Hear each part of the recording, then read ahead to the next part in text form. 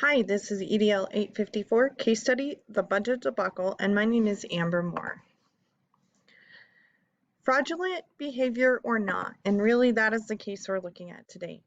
Mr. Barley had been charged with a crime when he chose to facilitate a raffle for cash fundraiser at the school where he was the president of the PTO, leaving the school and administration in a position to be legally liable. So really here's the problem.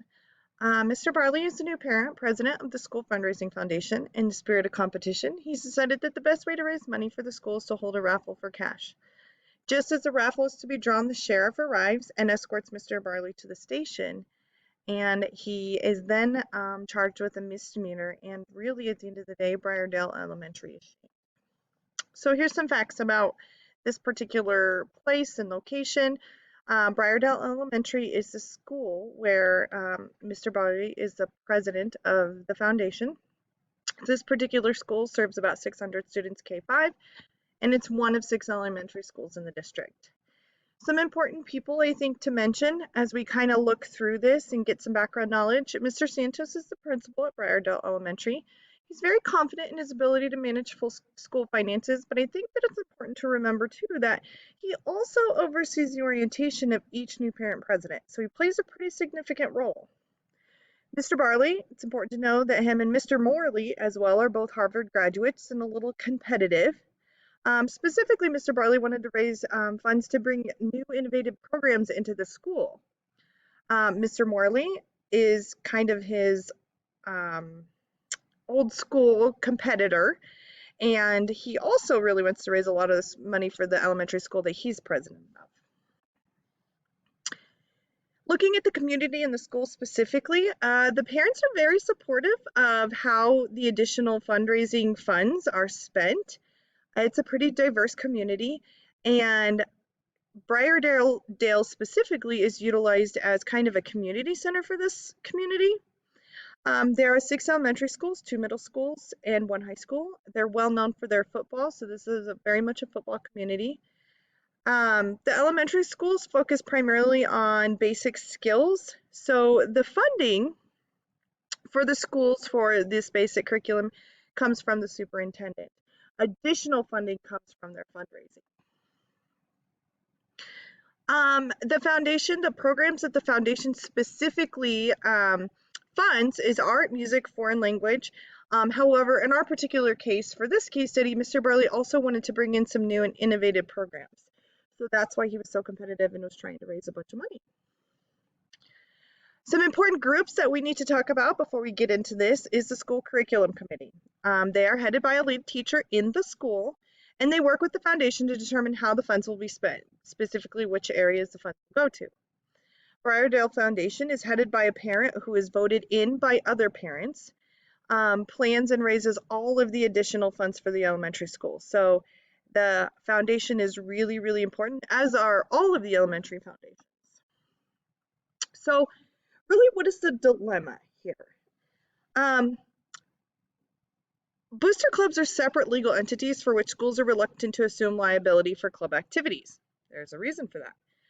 But schools inadvertently take on liability when they implement a policy, such as one requiring the school principal to review and approve the booster club budget, and then suggest that the school has no liability, but the school just reviewed it. So while this is not exactly the case, the principal has played a pretty significant role in the booster club or the foundation's development and, the inner workings.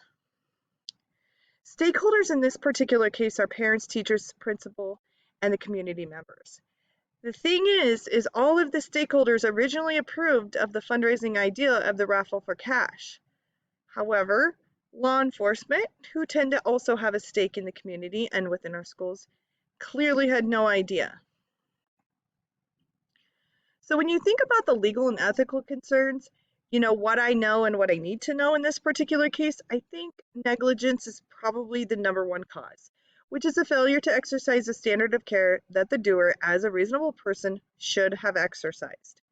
So thinking about what are the state laws in regards to raffles, some things that weren't necessarily mentioned, but I think we need to talk about is what was the strategy for selling raffle tickets. How much was the individual going to win? Was it a 50-50 raffle or was it a percentage?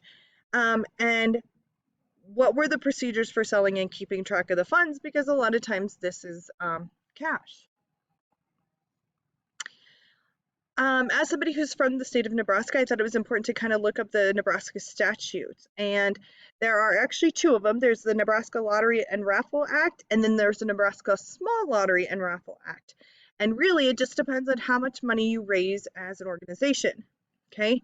They are both regulated by the Department of Revenue, and you have to apply for a lottery license before holding a cash raffle. So, in this particular situation in the state of Nebraska, if this was something that an individual were going to do, they would have to apply for the lottery license before they could ever even attempt this raffle for a fundraiser. Back to the case study. What went wrong? A few things. The state laws were violated. All parties really were negligent because they didn't do the research needed to know that Mr. Barley was actually, breaking the law, and there were no checks and balances in place. So, was it theft, negligence, or malicious intent? And I think those are three things that, as an administrator, you really have to consider when looking at this particular case. Because at the end of the day, nobody truly knows Mr. Barley and, what his motives were behind this particular fundraising event. So when you kind of look at it all together, Mr. Barley approved the fundraising idea with the foundation committee. Okay, all stakeholders were aware of the fundraising event and they approved of it. It is possible that the tipster knew that Mr. Barley was stealing or breaking a state fundraising law, and that's the reason that they sent an anonymous tip to the police station. But at the end of the day, since Mr. Barley was charged for a misdemeanor, the foundation will need to review all policies and procedures. So after Mr. Barley's arrest and Briardale was humiliated, as a principal, you need to stop and consider a few options and consequences.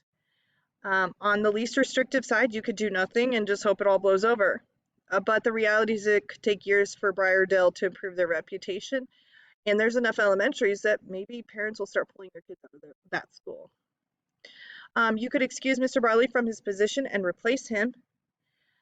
The community may see that the school knew he was in the wrong, or it may ruin the reputation of a well-respected man who was innocent and really just negligent. Another option is to investigate, what happened and then develop a policies and procedures manual.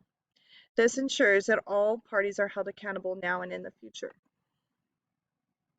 So the plan of action that I would take is first an internal investigation will need to be complete to determine exactly what laws Mr. Barley broke and whether or not it was negligence or intentional. Then I think since there is already a partnership with the foundation and the school, administration will need to work to develop a policy and procedure handbook. And really, this is to protect future presidents and the foundation and the school later on. Because the event was so public when Mr. Barley was arrested, Mr. Santos will need to make a public announcement to stakeholders. Otherwise, rumors will run wild, especially in a community that's a little bit smaller. And ultimately, the relationship with the foundation needs to be repaired. And at the end of the day, the students need the funding for those extra areas in curriculum.